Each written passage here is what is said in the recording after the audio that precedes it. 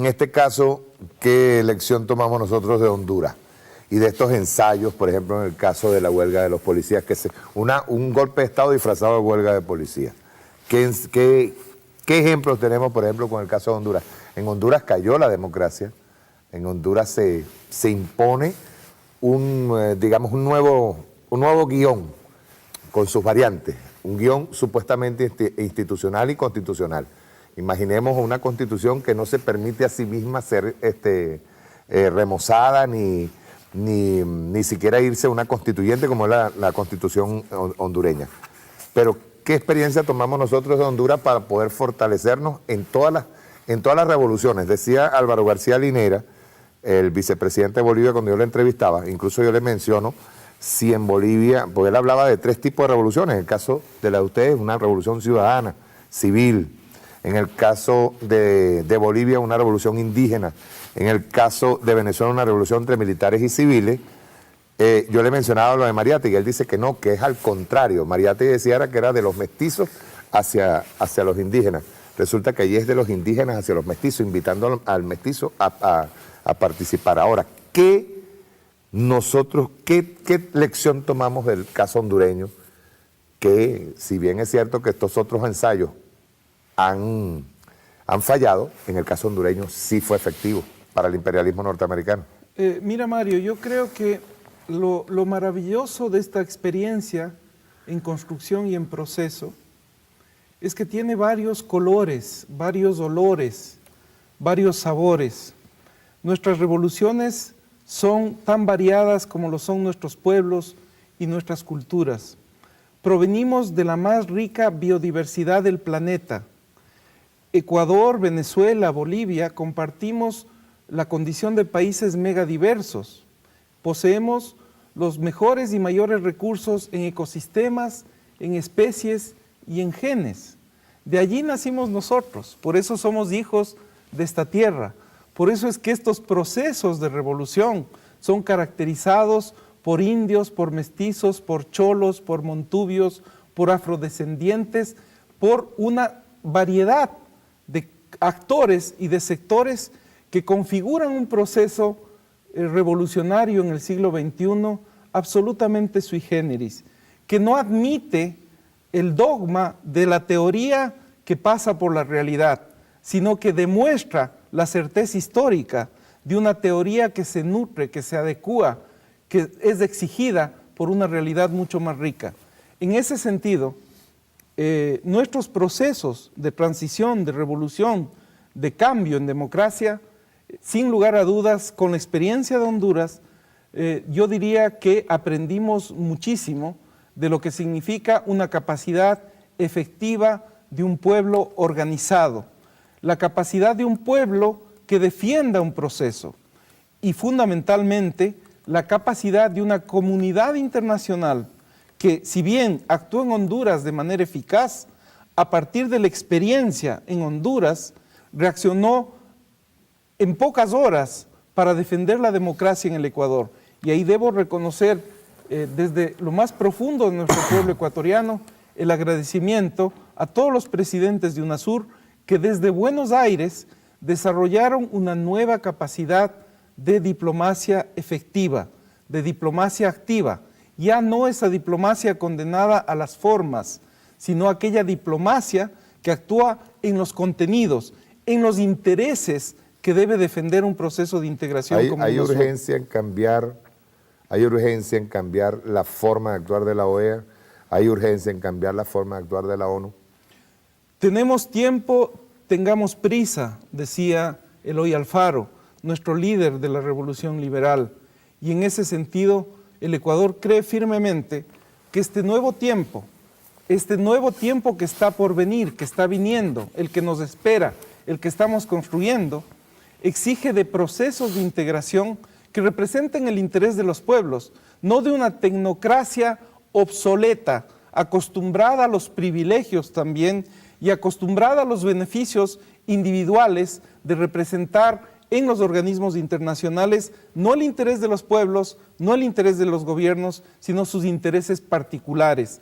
De allí que los nuevos procesos de integración en América Latina deben tener una capacidad de sinergia, de complementariedad, de identidad y diferencia para demostrar en cuanto el ALBA, en cuanto UNASUR, en cuanto la comunidad de estados latinoamericanos y del Caribe están dispuestos a representar esos nuevos intereses de naciones, de culturas, de economías, de pueblos que hoy insurgen en las democracias en América Latina y frente al mundo, para reclamarles una cosa, Mario, nuestros procesos de integración, la América Latina, es portadora de una identidad de origen y de destino para la humanidad, sin pretensión y sin vanidad.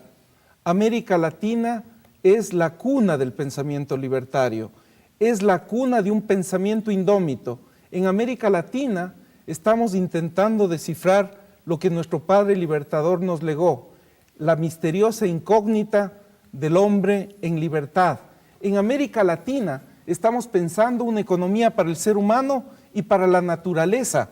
Hemos consagrado los derechos de la madre tierra, es decir, pensamos en una solución para toda la humanidad, no para una región, no para un continente.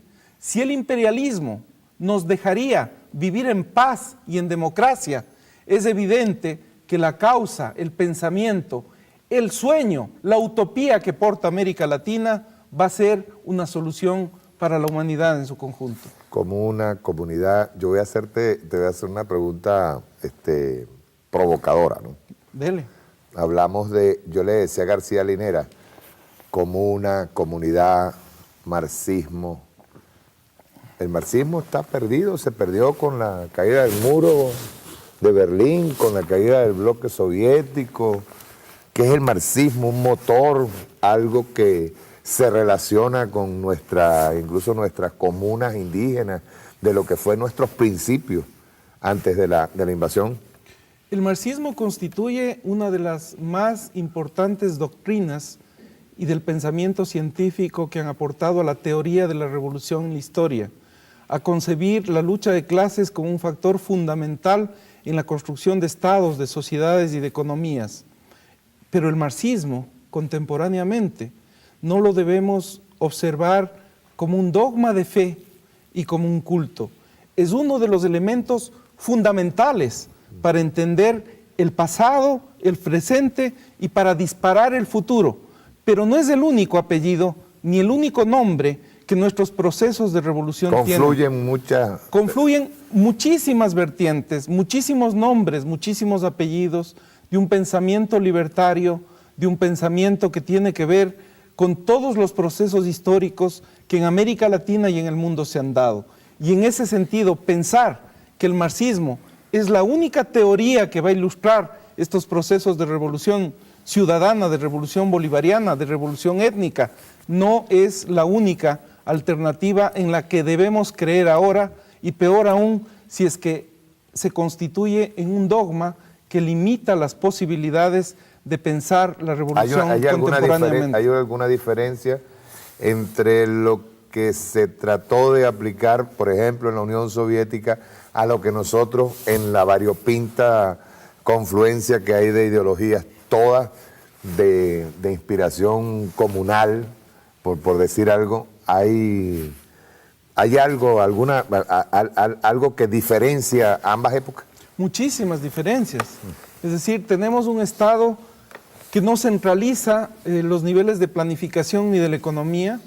Creemos y estamos construyendo estados que a través de la participación de nuestros pueblos, de nuestras comunidades, de lo que constituyen los gobiernos locales, de esta identidad variopinta de los latinoamericanos, se constituye un Estado que no es un Estado del partido, sino que es un Estado de un conjunto de organizaciones y de fuerzas sociales que ven representadas en el Estado sus intereses.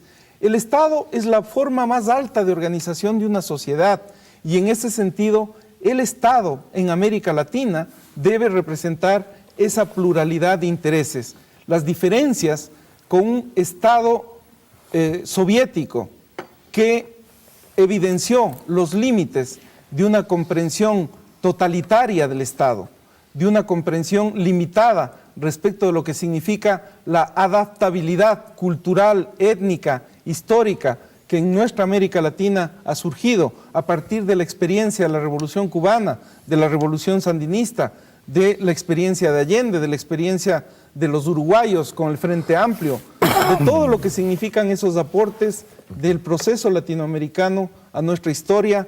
Evidentemente, yo creo que superan una experiencia del socialismo de Estado. Nos vamos a ir a un corte. Al regreso vamos a hablar de nuestras fallas, nuestros errores, fallas que se van solventando, digamos, incluso hasta por nuestra...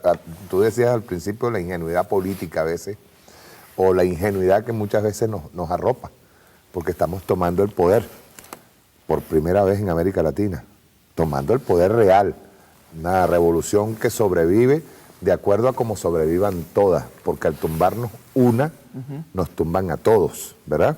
Pero al regreso vamos a hablar de fallas, errores, de qué es lo que nos puede llevar al garete, pues la revolución, qué es lo que nos puede matar dentro del Estado, qué es lo que nos puede matar dentro de las revoluciones, ¿ok?